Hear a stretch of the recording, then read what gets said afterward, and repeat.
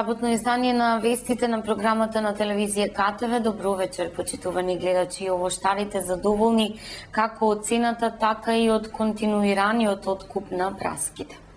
Во моментот во полнек е бербата на праски во најголемиот овоштарски регион во земјата, Росумен. Овоштарите до пред неколку дена незадоволни од откупната цена на родот. Сега велат дека цената се покачува, што е моди во прилог на сите нив. Праската се откупува по цена од 26 денари за килограм. Се откупува на околу 15 пунктови, за кои, како што велат овоштарите, откупувачите бараат многу, па тие и ја диктираат цената.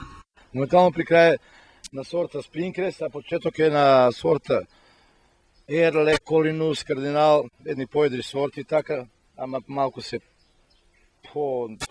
неиздржливи на транспорт. Цената е добра сега моментално, плаченото сега купците обеча за 2-3 дена да се плати робата, продадената роба, се носа на пунктови, таму самите купци си ги, што му убаво си взимат, што не убаво си ги фрлат, ако е малку начарана фрла за Русија, слушам с Белорусија, Украина, по белиот свет сега да оде нашата праска, една од најдобрите праски. Цената е добра, ама ќе се отфрлат се живо од таа скапаната праска, мекта праска, значи фактички испаѓате 14 денара праската. Од лани не се платени на луѓето праските, заглавија неколку пункта тука. Благодарение тоа сега има голема конкуренција, има 16 пункта и малку се движи цената на погорна линија. Цената, да ти кажам, е малку повисочка, ама за тоа па многу голем квалитет, бадак ќе видиш, во секој случај нисмо отепани земјоделци до нула. Многу барат квалитет на таква праска. Може да овоштарник, ако ја имам 4 хектара на овоштарник, може да одбери само 10 праски такви. Плюс тоа градот ги стачи луѓето, катастрофа се деси на еден дел. Тешко ќе биде за тие луѓе. Јас апелирам, не е фана град, апелирам до водните заедници, до стопанство, да можат луѓе да бидат ослободени од водена доместок, од некој данок, нешто друго да му помогнат. Стварно е катастрофа, ти цело време да гледаш сега пред да скиниш, да береш праска, да те ударе градот. Како ќе преживеат луѓе, Господ нека ме напомош само.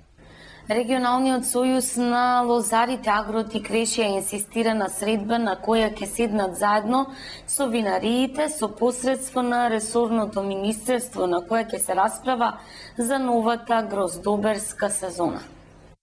Подитно бараме прва средба со винарите со посредство на надлежните во Министерството за земјоделство, шумарство и водостопанство, на која ќе се расправа за предстојната гроздоберска сезона, вели лидерот на лозарите Љупчо Аризанов. Тој нагласува дека ваква средба е неопходна да се одржи што поскоро, за да не се повтори сценариот од претходните години кога преговорите помеѓу лозарите и винарите беа задоцнети. На таа средба вели треба да се детерминираат плановите на винарите околу тоа колку грозје планираат да откупат, какви цени се очекуваат годинава и кога планираат да го платат грозјето. Истовремено продолжува битката, вели Аризанов, за плаќање на грозјето од страна на винарската визба Винеа и решавање на нејзиниот статус, се со цел надминување на негативните состојби и решавање на проблемот меѓу оваа винарија и лозарите на кои им должи пари. Се бара решение за винаријата и помош од надлежните за да се донесе позитивна одлука која ќе биде во интерес на лозарите, но и на двете страни, нагласува Аризанов.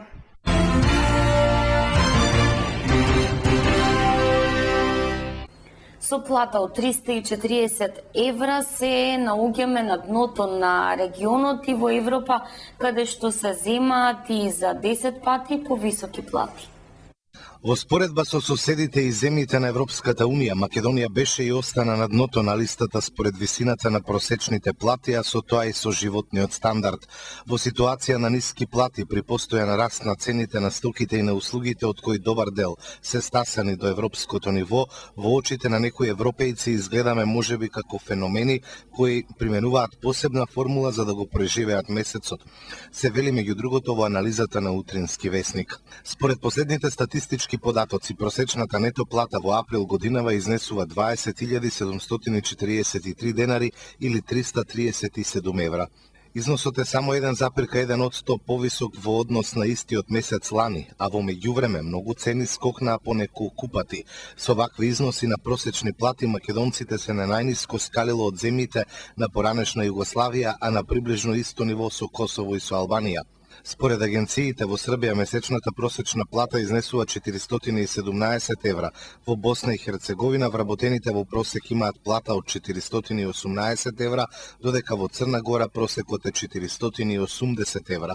Највисоки плати од ex-ју земјите имаат словенците 1000 евра, а веднаш по нив се хрватите со просечни примања од 730 евра.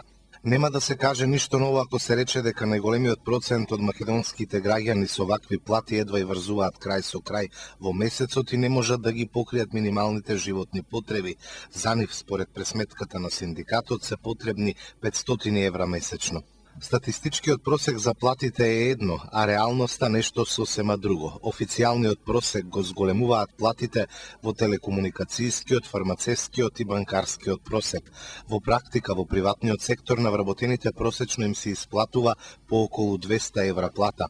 Пари со кои можат да се покријат само трошоците за сметки. Главна причина за ваквиот однос на домашните работодавци е вишокот на работна сила на пазарот на трудот, односно големиот број невработени, околу 240.000, што значи дека во секое време можат да најдат работници и да се плаќаат минимално.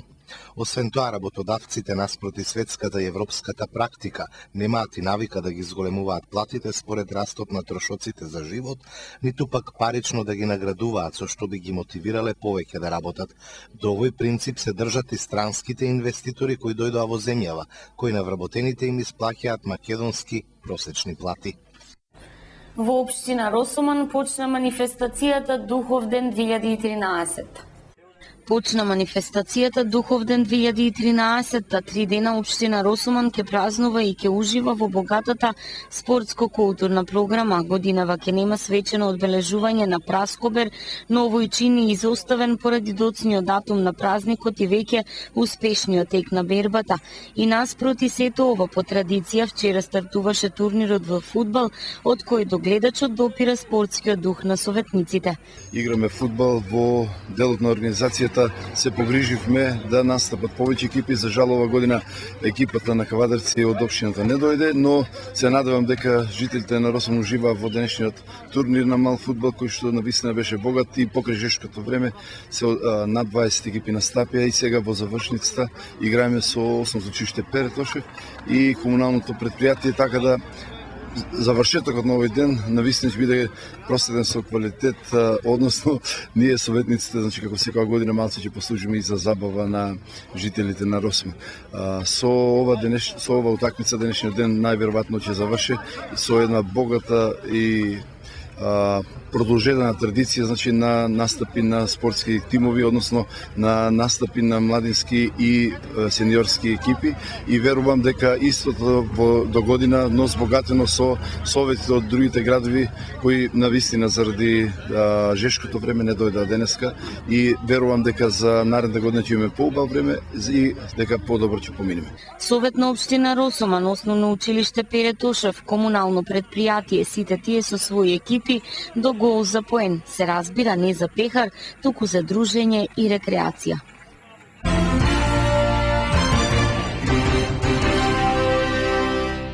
Денеска е задушница, а утре Духовден. Овие денови се посветени на душите на умрените. Од вчера попладне во пресред на празникот и денеска се оди на гробишта, се носи храна, а свештениците се молат за душите на покојните. Постои верување дека душите на покојните предци доаѓаат од оној свет кај своите најблиски, барајќи од нив храна, вода, но и за да ги видат. На гробиштата се чита молитва за да се осветат работите што се донесени, а потоа оние што дошле на гробот да каснат од пченицата и лепчето полиено со црвено вино. Утре не се оди на гробишта бидејќи е Духовден, тоа не е празник на мртвите, туку празник на Светиот Дух и воспоставување на црквата на земјата. Се верувало дека заборавањето на душите на покојните може да предизвика суши, поплави, немаштија, болести и други несреќи. Кај народот постојат две примарни, пролетна и есенска задушница, но задушниците поврзани со Духовден, кој се одбележува утре, се официјално признати од црквата, бе биле прифатени од народот. Ваквата средба со душите на починатите се обавувала на гробовите, со палење на свеќи, кадење на гробот, посипување на вино врз него, кршење на орев како хтоничен плод со кој се повикуваат душите на средба, со обредни лепчиња, со раздавање на храна и ритуален оброк заедно со мртвите. На покојните им се потребни помени со свеќи, цвеќе, пченица, лепче и малку вино, а не со храна, пијалаци и вистински гозби, им порачуваат свештениците од Македонската православна црква на верниците. Со семинарот кој викендот се одржа во Флорина, Грција, завршува серијата на семинари што Демир Капија ги организира заедно со оваа општина. Викендов се одржува последниот семинар во рамките на проектот од прекугранична соработка помеѓу Македонија и Грција, се одржува во Флорина или Лерин, Грција. Семинарот е посветен на туризмот во рамките на европскиот проект за прекугранична соработка кој што се спроведува со општината Флорина, Лерин од Република Грција и Демир Капија. Целта е посетителите на семинарот да го сватат значењето на туризмот како би можеле во иднина и самите да го дадат својот придонес во развојот и промоцијата на туристичката понуда на Демир Каписката општина, рече Виолета Јанкова, советник за туризам при локалната самоуправа.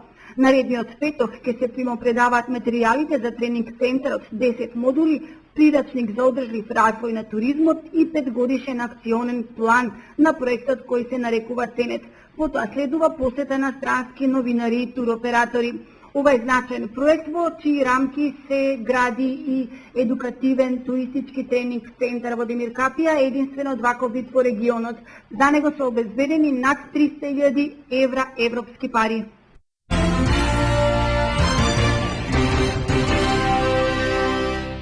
Во понеделник започнува уписот на нови средношколци. Викендот идните средношколци добро е да го искористат за подготовка на документите и конечна одлука.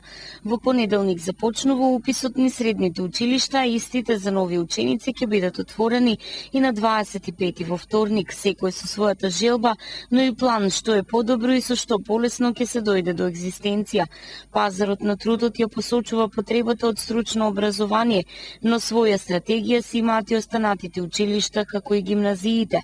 Отворени за идните средношколци се и трите средни училишта од Кавадарци. Од истите им порачуваат на оние кои се на крстопат, одберете средно образование во својот град. Трите училишта се со по над 200 слободни места, со различен лимит за потребни поени за упис и зависно од профилот кој го избираат учениците. Еден ден останува за одлука, а во понеделник среќно за идните средношколци. По повод празникот Духовден, денеска во општина Росоман се одржа надпревар во женски фудбал, на кој подобра беше екипата на Србија.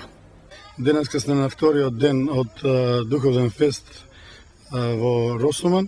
Тука сме со гостите од Србија и од Турција. Моментално се играше утакмица помеѓу женскиот клуб Хајдучица и женското училиште од Росоман. Така да резултатот беше 3-1 за гостите, покажаат добар резултат и добра игра, се гледа дека тренираат и се многу подобри од нас. Ама се надеваме за реваншот во Пландиш, дека ќе му ја вратиме ова победа и дека ние ќе бидеме подобри таму. Затоа што сега не сме спремни за овој надпревар.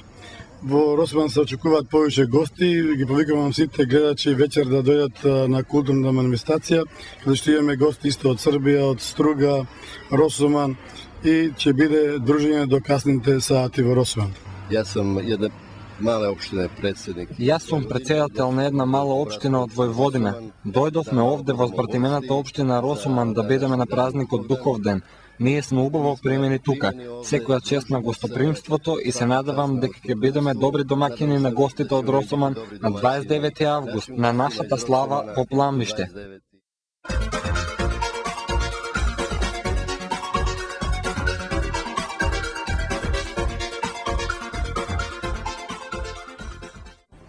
И утре времето ќе се задржи сончево и топло во доцните попладневни и во вечерните часови, нестабилно со врнежи од дожд, температурата ќе се движи до 38 степени, а УВ индексот ќе биде 8.